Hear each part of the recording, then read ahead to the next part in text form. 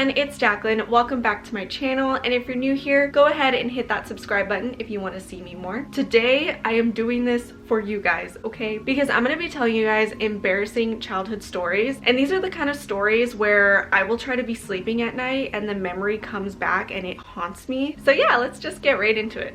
Okay, we are starting off strong. This is the most embarrassing thing that has ever happened to me in my entire life. Childhood and adulthood. This was, I think, in second grade? Actually, I don't know, second or third grade. I had a huge crush on this one guy, and we were in the classroom doing some fun winter activities. You know, we were doing arts and crafts, we were coloring, and I was next to my crush, so this was like my chance to spend some time with him. But I wasn't really feeling well, so I went to the restroom and I threw up in the toilet. So of course my teacher called my mom so she could pick me up, but I actually said no to my mom to pick me up, and that I felt better because I wanted to stay with my crush, and I was just thinking like, okay, now that I threw up, hopefully everything's out now. But I was so wrong. I was so wrong. I proceeded to throw up 7 more times after that. I'm pretty sure it was 7 times. And that last time I threw up so hard, so intense, with so much pressure that I peed myself. And not only did I pee myself, but I also didn't make it to the toilet that last time, and instead some of the throw up was on my crush's backpack. So this time my mom actually picked me up for real, and because I threw up on someone's backpack,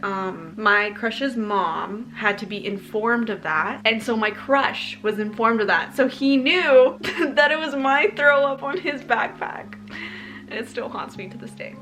Okay, this next story, it is funny, I guess, like from the outside, but for me it was really embarrassing. So we used to do dance concerts every single year from pre-K all the way to 8th grade, and I don't know what grade I was in. Maybe I was in 2nd grade, also 3rd grade, somewhere around there, and we were learning a dance, and there was like this one move where you had to like cross your arms, uncross them, and then use your shoulders, you know, like da da da. And for some reason I couldn't like do it smoothly. Like I was doing it too stiff. I was like, and so this one girl was helping me, like, okay, so try to flow into it, make it more natural. And I was trying, but she kept telling me like, no, you're too stiff, like stop doing this, stop tensing up. And like all of the attention started going on me, like everyone started looking at me and trying to help me. And honestly, it's really sweet because no one was making fun of me. Everybody was just trying to help me, but like it was too much. It was very overwhelming. Like they were all yelling different things at me, like, no, stop tensing up your shoulders, blah, blah, blah. And so I just started crying. Like I legit started crying because I couldn't get this dance move right. I was so frustrated, but it was just the fact that I just like cried, and like everybody was like, oh,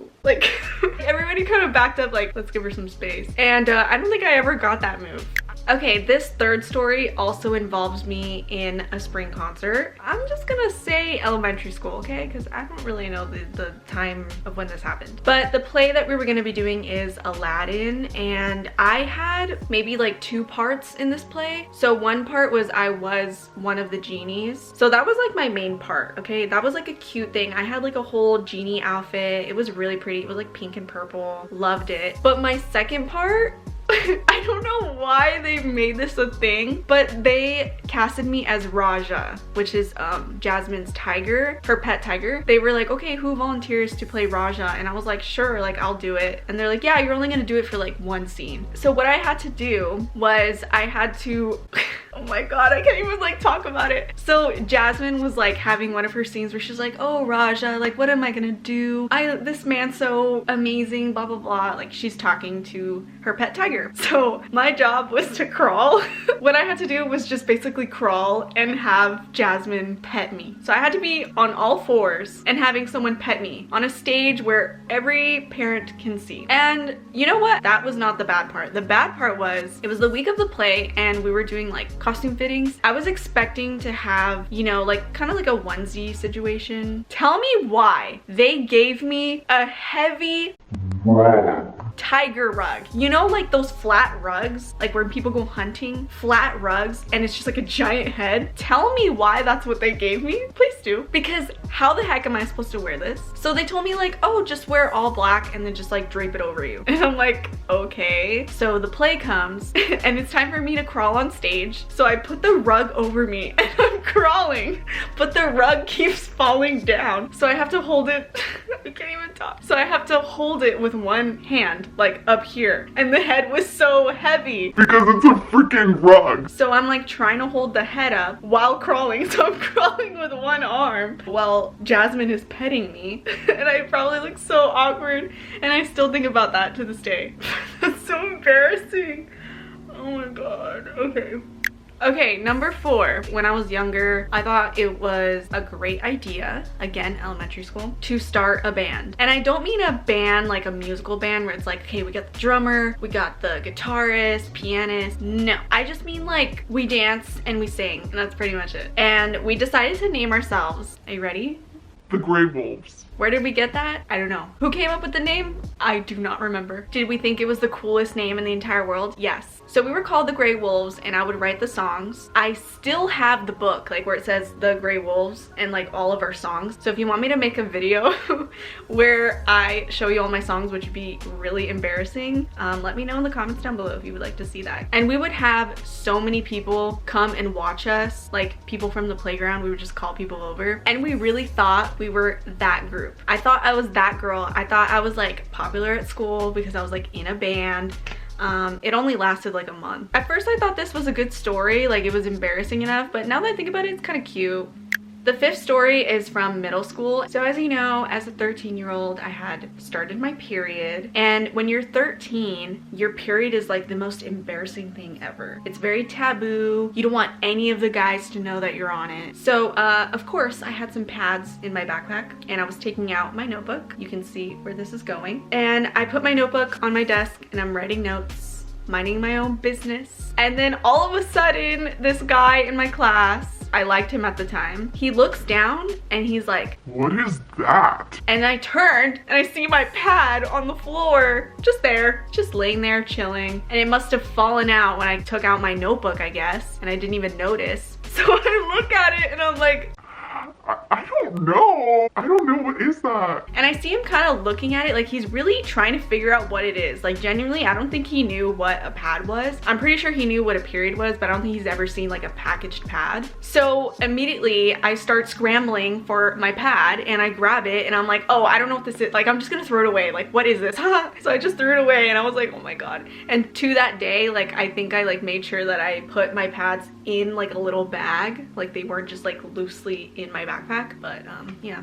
The 6th story, again, it takes place in middle school. And this is when, you know, you're getting to the age where you have like a dirty mindset and you're making dirty jokes. So me and my friends thought it would be so funny if we made a book where like there was like a bunch of dirty jokes in there. And we were just being kids, you know, we're just messing around. And we were like passing it around so like other kids can read it because we just thought it was so funny. It got passed around way too much because my teacher got a hold of it and he read it and he told our parents. My other friend, like, she got in big trouble and like her mom told like her to not hang out with us anymore because we were like a bad influence. I wasn't really embarrassed on the parent part because like, I mean, maybe I was a little bit, but I was more so embarrassed because our teacher read it. This is someone that we're seeing 8 hours every day and it was just so awkward. And I remember stuff that we put in that book and that like just thinking about the way that my teacher actually read it and saw it, because our parents didn't read or see it, they were just told about it, but our teacher like actually saw everything. Okay, the last one is when I was in elementary school and me and my friend thought it was a good idea to practice our gymnastics. And what other better place is there to practice your gymnastics besides grass? So we were practicing our front handspring. By the way, I did not know how to do a front handspring. I was trying to get over the fear of like, you know, when you go on your handstand and then you're supposed to like go into a bridge to stand up. I was just trying to practice on how to get over my fear of just getting into my bridge. And my friend was also trying to get over that fear. So we were like going back and forth doing handstands and being like, ah, like, no, I can't do it. I can't go over to my bridge. I can't do it. By the way, really dangerous. Don't do this. And then after like 15 minutes, my friend finally got it. Like, she did a handstand and she was able to go into her bridge. Another boy was saying like, whoa, like your friend can do it? That's so cool. And I was like, I want to be cool. So I was just kind of like, you know what? I want to look cool in front of everybody. I'm just gonna do it. I'm gonna go for it. So I go into my handstand and I like no hesitation, I just like go over so I can go over into my bridge. I did not go into my bridge. I did go over, but I didn't land on my feet. Imagine you're on a handstand and you just like fall forward, flat back first. That is how I landed. And when I fell to the floor, everyone's like, ooh, like it's just awkward and outside. And they're like, are you okay? Oh my God, that looks so bad. Are you okay? But I landed so hard that everything was like, I just heard like a ringing in my ear and I couldn't really see. I was like, what the heck just happened? Was in so much pain. I literally bounced off like on my back. And I was like, yeah, I'm okay. Needless to say, that was very embarrassing and very dangerous too. Alright guys, that is all I have for you today. Hopefully you found some entertainment with this video. Hopefully my embarrassment was worth it. Have a great day today and I'll see you guys in the next video. Bye.